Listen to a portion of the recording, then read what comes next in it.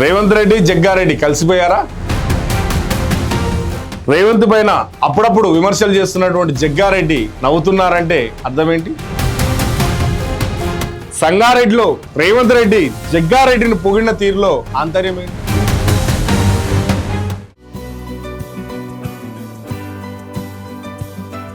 నమస్తే, మీరు చూస్తుంది యువతరంగం, ఇది సమాజాంతరంగం. నేను మీ సిద్ధు గారు. కాంగ్రెస్లో శాశ్వతంగా శత్రువులు ఉండరు, శాశ్వతంగా మిత్రులు ఉండరు అనే దానికి నిదర్శనమే కాంగ్రెస్ రాజకీయ నాయకుల యొక్క వ్యవహార శైలి కనిపిస్తుంది.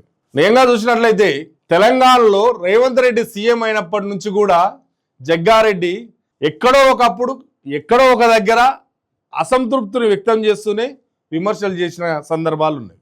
రేవంత్ రెడ్డి వ్యవహార శైలికి సంబంధించి ఎక్కడో దిక్కడ అసంతృప్తి వ్యక్తం చేస్తూ నేను గాంధీ భవన్ మెట్లెక్కనని చెప్పినటువంటి స్టేట్మెంట్లు ఉన్నాయి, ప్రభుత్వంలోకి నేను ఇన్వాల్వ్ కానని స్టేట్మెంట్లు ఉన్నాయి, నాకు ఏం కావాలనో రాహుల్ గాంధీ ఇస్తాడు, నేను ఎవరిని అడగను అనేటువంటి స్టేట్మెంట్లు కూడా ఉన్నాయి.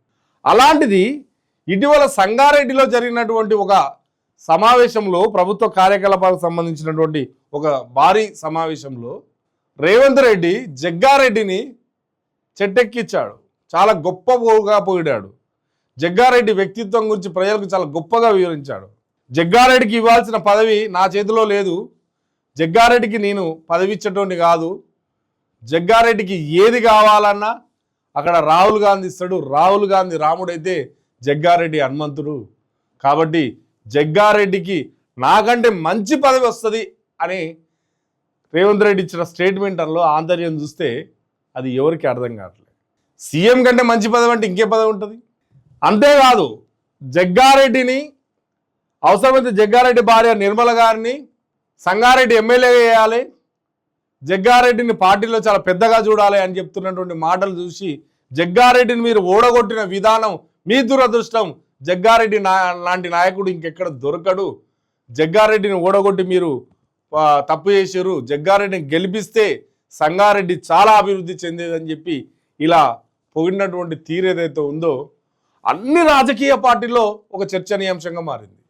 అందరూ విశ్లేషకులు కూడా అసలు జగ్గారెడ్డి రేవంత్ రెడ్డి కలిసిపోయారా, జగ్గారెడ్డికి రేవంత్ రెడ్డికి ఎక్కడ అండర్స్టాండింగ్ కుదిరింది అని చెప్పి ఒక చర్చ మొదలైంది.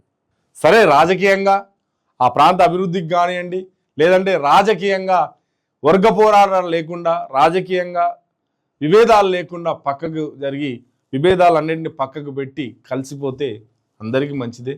కలిస్తే వాళ్ళ పార్టీ కూడా అభివృద్ధి చెందుతుంది, కలిస్తే ఆ జగ్గారెడ్డికి ఏదైనా పదవి ఇస్తే కూడా ఆ నియోజకవర్గ ప్రజలకు కూడా లబ్ధి చేకూరుతుంది. కాబట్టి జగ్గారెడ్డి రేవంత్ మధ్య ఒక స్నేహం కుదిరిందే అనుకుందాం, మంచి జరగాలని కోరుకుందాం. ఇది ఈరోజు టాపిక్. నమస్తే.